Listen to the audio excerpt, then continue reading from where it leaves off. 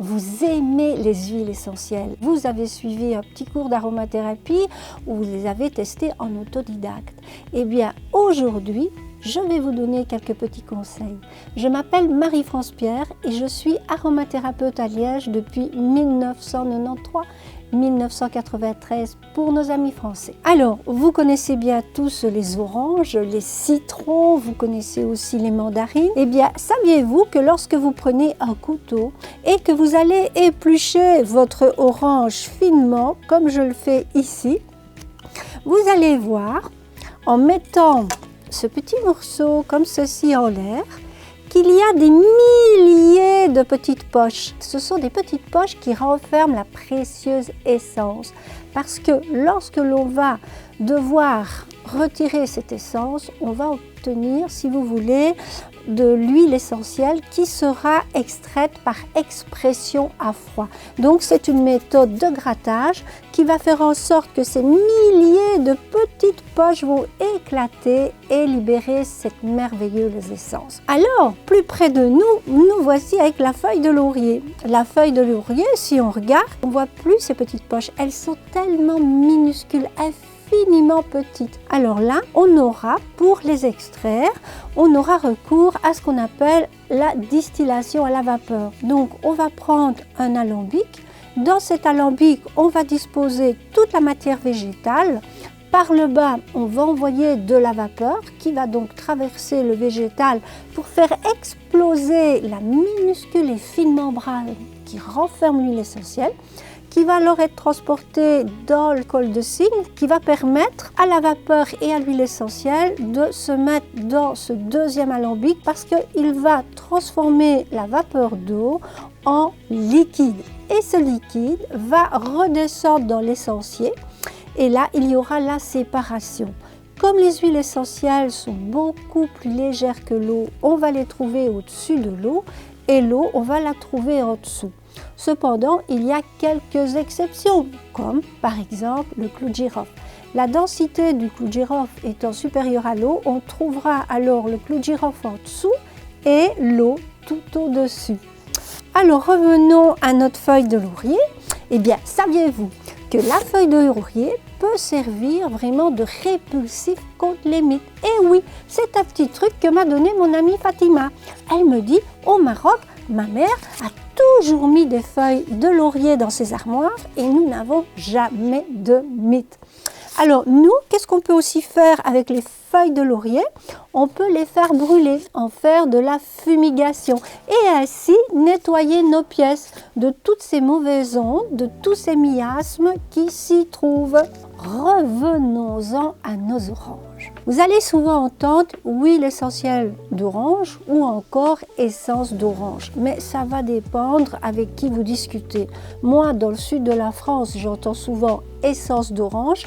Par contre, comme j'étais dans une boutique pendant plus de 20 ans que j'avais créée, les gens venaient me demander de l'huile essentielle d'orange. Donc on ne va pas trop s'attarder à cette nuance concernant notre huile essentielle ou notre essence, mais retenir qu'elle est très bon marché, ce qui fait aussi qu'elle a un autre avantage. Non pas le prix, mais l'utilisation. Donc quand vous voyez l'orange, ça vous fait penser à quoi? C'est une forme ronde, on est bien d'accord. Ça vous fait penser à quoi une forme ronde? Eh bien, tout simplement au ventre d'une maman. De ce fait, l'orange a une vertu très apaisante. C'est pourquoi, quand vous avez un enfant qui est un peu nerveux, si vous mettez quelques gouttes d'orange dans le diffuseur, eh bien ça vous apaise parce que dans l'inconscient, au niveau du système limbique, là où sont gravées toutes nos émotions depuis le stade fœtal jusqu'à aujourd'hui, eh bien vous allez retrouver les moments où vous étiez dans ce ventre à l'abri de tout. Votre maman vous chauffait, votre maman vous nourrissait, votre maman vous protégeait. Vous n'aviez à vous inquiéter de rien. Eh bien ce moment-là privilégié, lorsque l'on sent de l'huile ou de l'essence d'orange, ça va directement atteindre notre cerveau et ses souvenirs bienheureux. Donc ça, c'est déjà un petit truc. c'est d'utiliser de l'huile essentielle ou de l'essence d'orange quand vous avez envie de retrouver plus de calme, plus de sérénité, un petit peu lâcher prise. Alors à côté, nous avons la petite mandarine, la petite clémentine, l'une ou l'autre. Eh bien, elles aussi, elles ont des vertus différentes au niveau de nos souvenirs. Pensez à la Saint-Nicolas. Quand vous alliez voir Saint-Nicolas, que vous aviez 5 ans, 6 ans, 7 ans, bien souvent, il vous remettait ce petit fruit. Et là, au niveau du souvenir, du système limbique, la mandarine aurait plutôt tendance à nous rappeler ces moments super agréables que nous avons vécu dans l'enfance, comme lorsqu'on avait cette joie de recevoir tous les cadeaux que nous apportait Saint-Nicolas. Mais encore, les feuilles de clémentine ou les feuilles de mandarinier ont des vertus encore plus apaisantes, et ça au niveau de l'adulte. Quel type d'adulte? Bien, l'adulte qui est tout le temps un petit peu dans sa tête, le petit vélo dans la tête. Vous voyez le mental qui pédale, qui pédale, qui pédale, qui ne s'arrête jamais.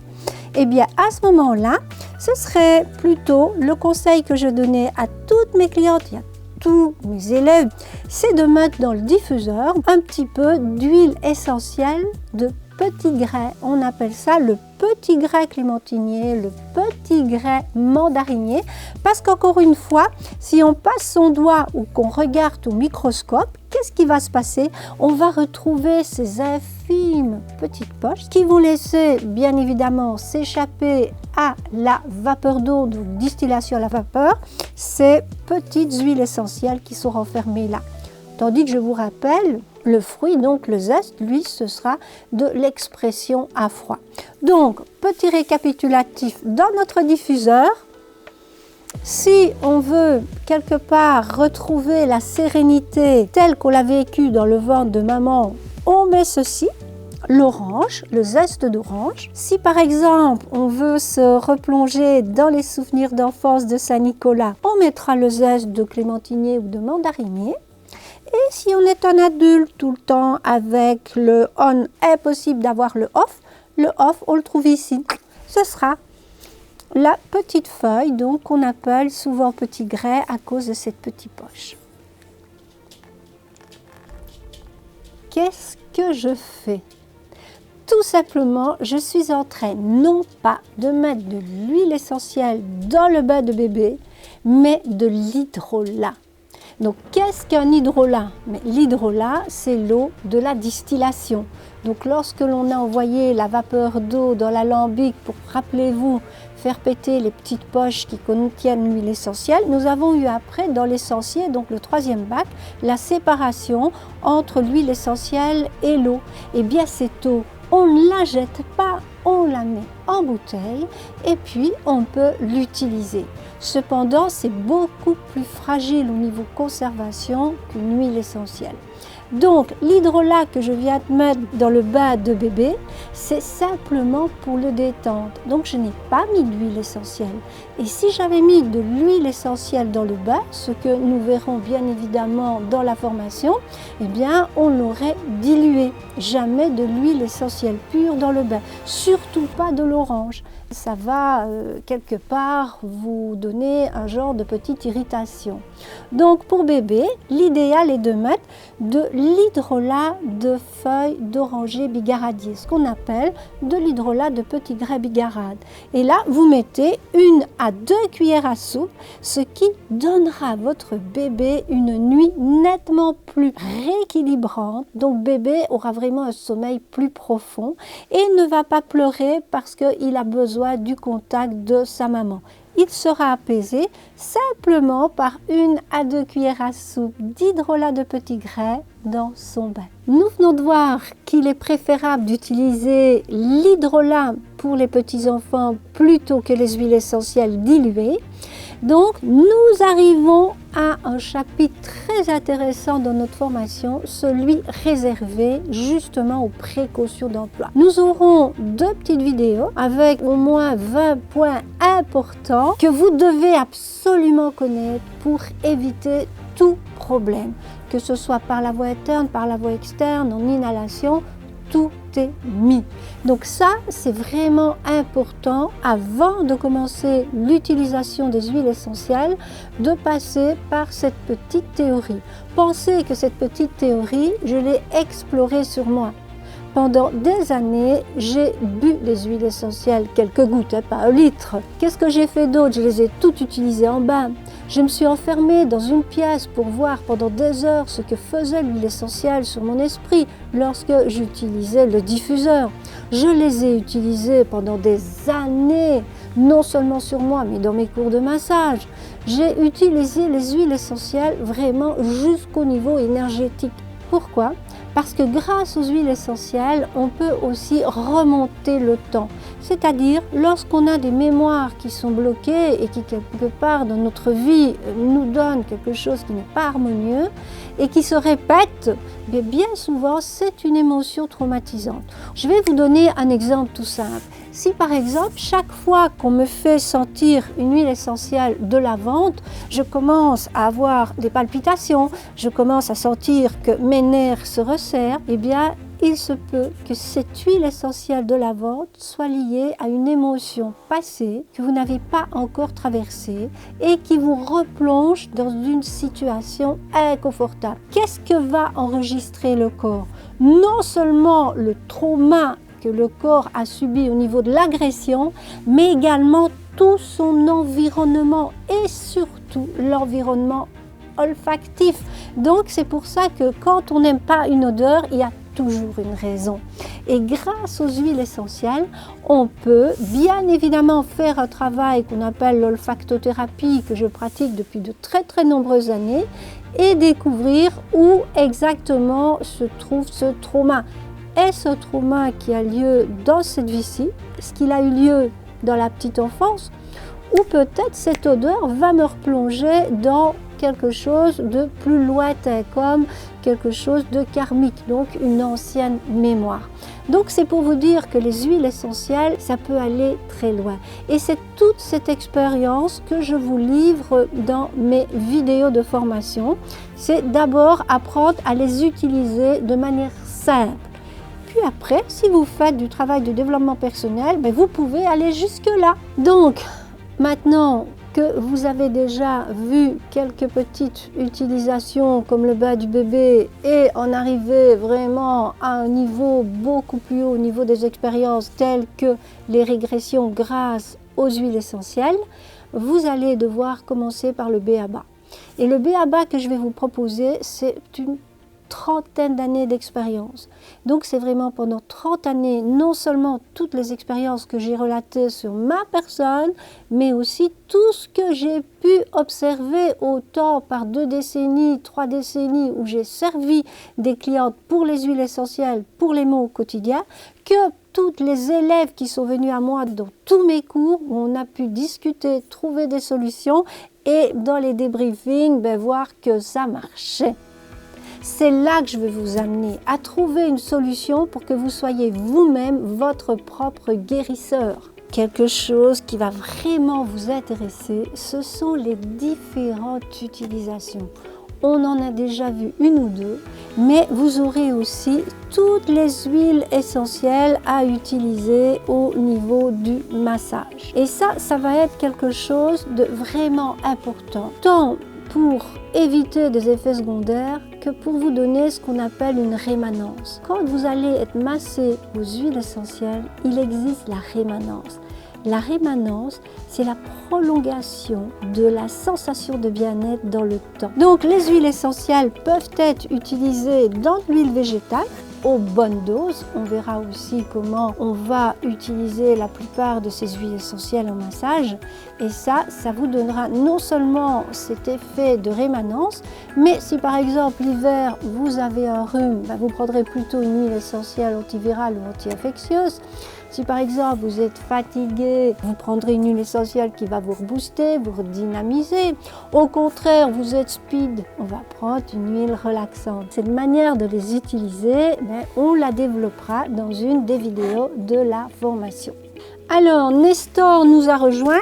c'est mon fidèle copain lorsque j'explique l'importance des huiles essentielles au niveau de leur impact sur notre organisme. Déjà savoir où situer son foie, où situer son intestin grêle, son gros intestin, bref. Quand on a mal quelque part et qu'on veut utiliser les huiles essentielles à bon escient, mais c'est intéressant quand même de bien choisir sa cible. Alors c'est pour ça que dans la formation, nous allons voir au moins 2 vidéos avec les mots les plus courants dans lesquels on trouve une réelle solution. Ça peut être j'ai mal à la tête, j'ai mal lors de mes règles, j'ai mal au dos, j'ai mal aux genoux. Ça peut être toute une série de petits mots quotidiens qui vont pouvoir disparaître simplement en choisissant non seulement la bonne huile essentielle, la bonne quantité à utiliser, c'est-à-dire le nombre de gouttes, le bon endroit et comment l'appliquer. Tout ça, vous pourrez bien évidemment le voir dans la vidéo qui est consacrée aux mots les plus courants. Et je vous rappelle, il y a 2 vidéos. Donc, on va vraiment faire le tour de tout ce qu'on peut rencontrer de fréquent et qui va pouvoir être résolu par l'utilisation judicieuse des huiles essentielles. Alors, vous allez avoir toute une partie réservée à la pratique. Et quelle pratique? La manière de bien savoir respirer une huile essentielle. Il ne suffit pas de prendre une tigette et de faire ça. Avec cet exercice pratique, vous pourrez apprendre à conduire l'huile essentielle beaucoup plus loin. Et plus vous allez apprendre à mieux respirer, plus vous allez vraiment diriger l'huile essentielle là où elle doit aller. Donc ça, c'est toute une partie pratique que nous ferons ensemble. Il n'y aura pas que cet exercice-là, il y en aura d'autres dans cette partie de la formation. Ah oui.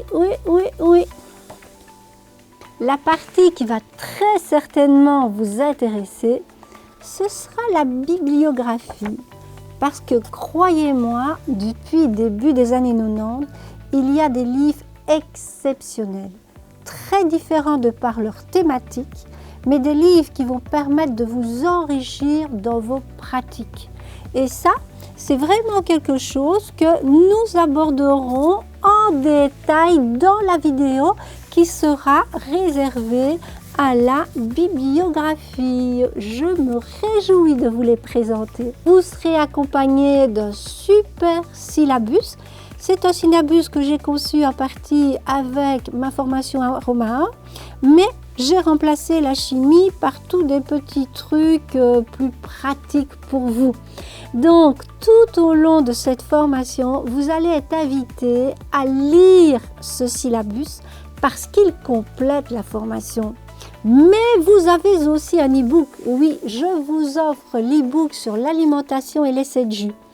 Pourquoi? Parce qu'il ne suffit pas d'avoir juste 2-3 gouttes d'huile essentielle à mettre pour se débarrasser totalement de quelque chose, mais se dire la plupart de mes maux, s'ils ne viennent pas de mes émotions, proviennent d'une alimentation inadéquate. Vous savez déjà, vous l'avez déjà probablement entendu des dizaines de fois que le lait, les produits laitiers vont quelque part générer des problèmes d'arthrose. Donc tous ces problèmes-là, souvent, c'est l'alimentation.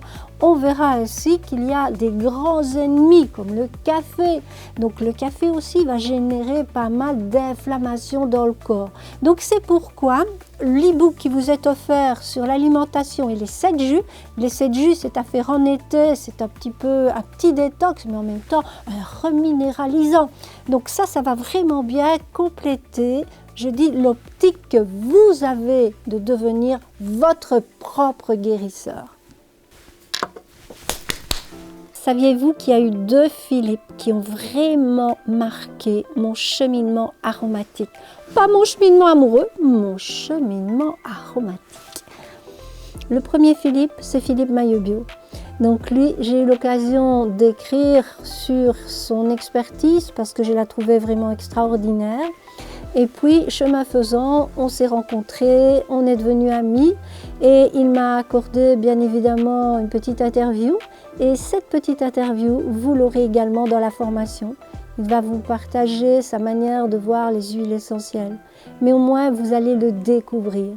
Et puis, un peu plus tard est arrivé Philippe Gisling, un expert, lui aussi dans ce domaine d'aromathérapie, un formateur, quelqu'un qui a vraiment de vraies valeurs, qui adore la précision au niveau de la biochimie, le premier aussi d'ailleurs. Tous les deux vont vous parler des huiles essentielles, mais d'une manière très différente. Et puis, on en arrive à Ginette. Ginette, une femme extraordinaire, un médecin. Et elle a la chance d'être très sensitive, d'être très pertinente, d'être très intelligente et de les utiliser aussi principalement pour elle. Et elle va aussi vous confier des petites choses sur les huiles essentielles. Donc ces 3 interviews, en plus de mon histoire personnelle qui m'a permis de sauver la vie de mon petit garçon, vous les retrouverez également dans la formation aromathérapie en ligne. Vous aurez aussi la possibilité de remplir un quiz.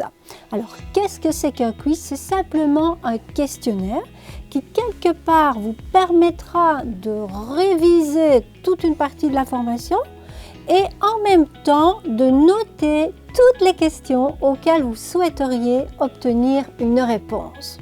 Alors, vous allez toutes les lister.